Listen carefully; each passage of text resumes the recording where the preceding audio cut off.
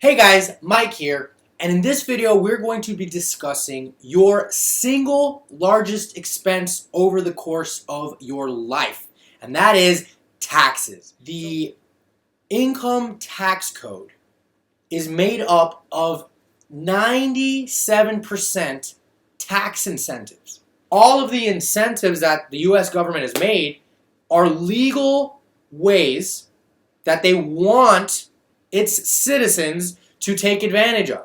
Legal ways that you can lower your tax liability. You see, the wealthy use tax incentives to reduce their tax liability. So what does that mean to you guys, and why should you guys care? Well, a lot of people aren't aware of how they can reduce their tax liability that would actually give them more money to invest.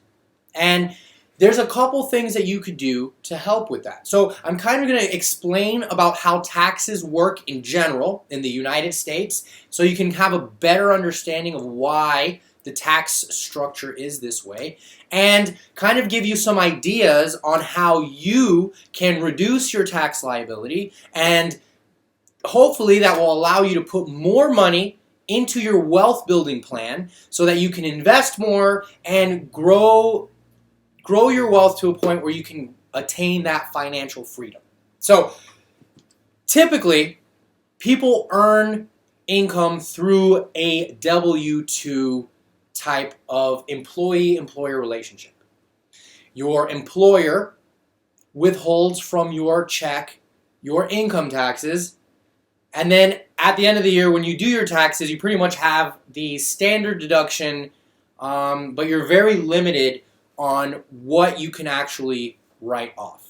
Now, it's super easy. There's nothing you have to do. You just simply go to work and you collect your paycheck. All the back end for taxes is done for you, and then maybe you do it yourself with TurboTax. Maybe you have an accountant who can plug and play some stuff for you or whatever. But really, at the end of the day, there's not a whole lot you can do. Now, if you own a business, that's where all the tax incentives are geared towards. So all of the incentives that the US government has made are legal ways that they want its citizens to take advantage of. Legal ways that you can lower your tax liability. And they do it in a way to sort of encourage people to take on the risk of business ownership. So we're not going to go into all the different tax strategies in this video, so don't worry, you're not going to be bored by that. What we're going to talk about today is the basics of your taxes and an idea, hopefully plant an idea in your mind on how you can keep more of your hard-earned money. All right? So from the top, how taxes work today. So I'm going to use a basic example. Now, yes, when you have your income, you can take away the standard deduction, which for 2020, for this year, it's about $12,000 a person. All right, so for a couple, it's about $24,000. So in your tax strategy, at this point in time, it doesn't make sense to itemize your deductions, to add up all the tax incentives and deductions, unless they equal more than the standard deduction. All right, so let me just say that again. Everyone can reduce their tax liability by the standard deduction. Okay? As of this year, it's $12,000. So unless you can take advantage of tax incentives greater than $12,000, it doesn't make sense. But that's not always the standard deduction. The standard deduction was doubled after the recent president change. So it very well could go back to what it was before, or go to even less than it was before. It even could potentially go up and could be higher. That's just how our tax system works. So let's look at how exactly tax incentives help reduce your tax liability. So First off, we're going to take an example from a typical household that earns a W-2, and we're just going to put the income at $100,000. Okay? So, if you make $100,000 for the year 2020, you are in the 24% tax bracket. Okay? So, your tax liability, and this is just a standard example without using the standard deduction, without using anything else. $24,000 out of the $100,000. Okay? Now, remember, that's your net income after you pay your income taxes. But then after that, when you go grocery shopping, when you buy a car, when you buy a house, when you buy anything, you pay at least sales tax. But there's sales tax, there's property tax. Some states even have state taxes that they dump on top of your regular taxes. So where you might be in the 24% tax bracket in a state that doesn't have state income taxes, you may have a higher tax liability in, let's say, California or New York. Now, from the money that you have left over, it's $76,000, right? You have your $100,000 minus your taxes of $24,000. Now you have $76,000 that you can do whatever you want with. So in this example, let's say you have $50,000 worth of expenses, all right?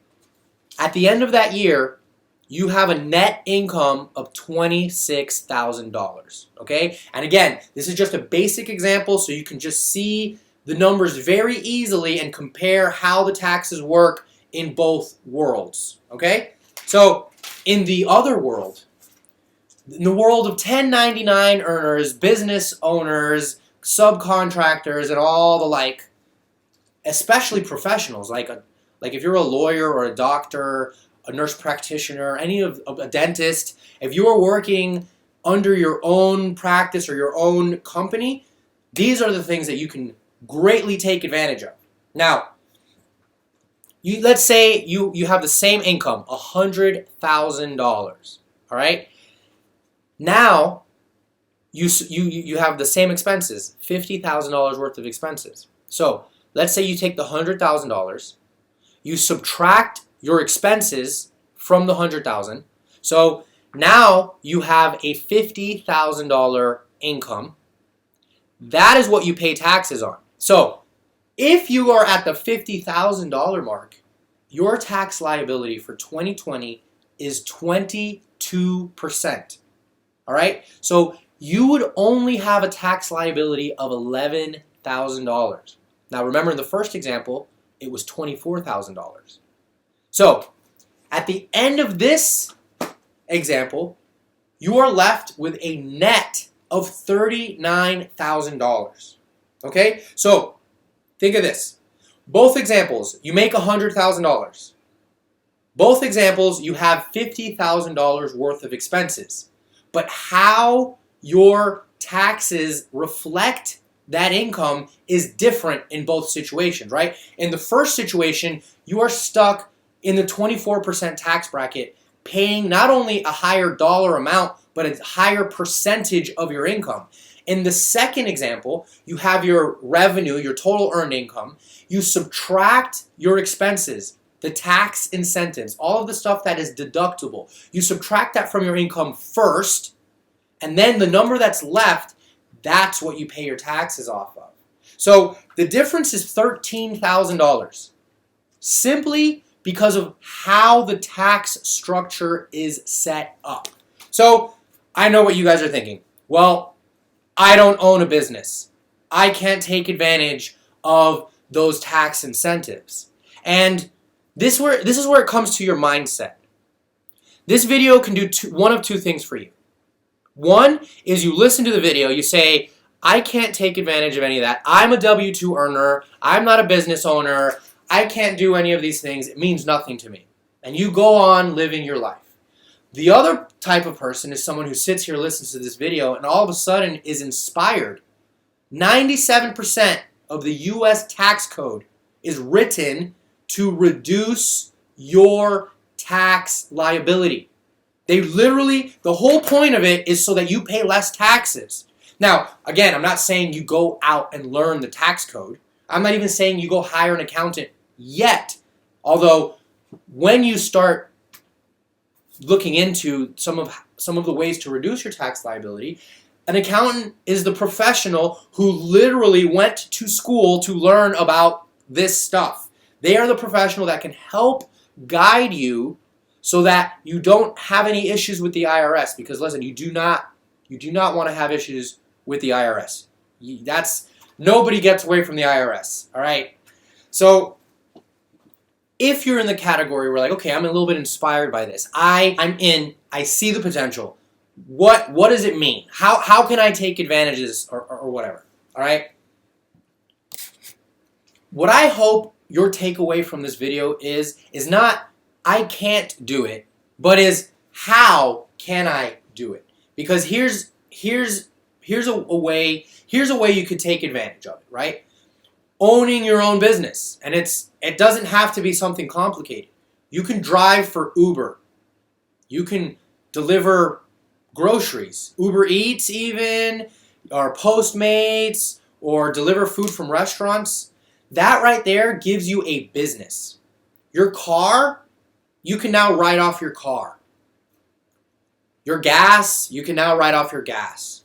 Your insurance, you can now write off your insurance. Your maintenance, you can now write off your car maintenance. Like, there is a lot of things that opens up to. But not only that, maybe you could do something else where you have talents and skills to do. Whether it's, babysitting, lawn care. I mean, you can think of it, car washes. I mean, owning a business of some sort can give you the doorway, the entrance to these tax incentives. Also, owning real estate can open up the doorway to some of these tax incentives. Now, think about this. Would an extra $1,000 a month be helpful to you? Would that help you in your monthly budgeting, right? Would it help you to be able to invest more money into your financial freedom plan? I hope so. I could use an extra $1,000 a month. I mean, if you could, why not, right? Well, if you could open a business that earns $33 a day, you will average $1,000 a month. That's it. $33 a day. And $1,000 a month equals $12,000 in a year. Now, if you have an operating business, you can take losses for the first 2 to 3 years. After that, you have to show positive revenue, and you can still take losses, but you have to have that revenue coming in, right? So if you can generate at least $12,000 a year, you can generate at least $12,000 a year in write-offs. Now again, it goes back to the standard deduction. Is it worth it to write off all the expenses if it meets the standard deduction? Well, I don't know. Look at it from this perspective. If you're earning an extra $12,000 a year, that's extra money in your pocket regardless. And if you can reduce your tax liability at the same time, that's more money in your pocket. And that's the point, right? Because the more money at the end of the month that you are keeping in your pocket, the more money you have freely available to invest. Instead of paying the government, pay yourself. Put that money in your own wealth building plan. Because at the end of the day, it comes down to a personal choice. I can choose to get the money, the extra money I'm saving every month, and spend it on whatever I want. Or I could take that extra money that I'm saving every month and apply it to my wealth building model, where I purchase productive assets that produce an income themselves, and then I continue to grow wealth long term while saving taxes and hedging losses. So for the purposes of this video, I hope you guys kind of had your eyes opened to the reality of how taxes work in this country, and the reason why big companies are able to pay nothing in taxes, way less than what you pay in taxes anyways, is because they take the time to learn or hire the professionals to handle this aspect of their finances. Taxes is the largest expense you will have over the course of your lifetime. Doesn't it make sense that you learn at least the basics of it and understand how to save money in this area? I think so. So if you think so, join me in my free strategy group. MaximizeYourWealthGroup.com. It's a free strategy group where I have tons of informational and training videos talking about financial freedom and building long-term wealth. Investment strategies, tax strategies, asset protection. I mean, all of these subjects that can kind of seem dry and boring, hopefully I present it in a way that you find applicable to you and you can be inspired that, hey, maybe I can do this too. Because the truth is, you can. Anyone in this country can. And sometimes it just comes down to having the right information in place. Having the right information that you can then take action and improve your state of being. You can improve your social economic class. You can leave a legacy for your children, a generational legacy. And if all of those things appeal to you, then you're definitely going to love the content that I teach. So I hope to see you in the group. Again, MaximizeYourWealthGroup.com. And yeah, see you there.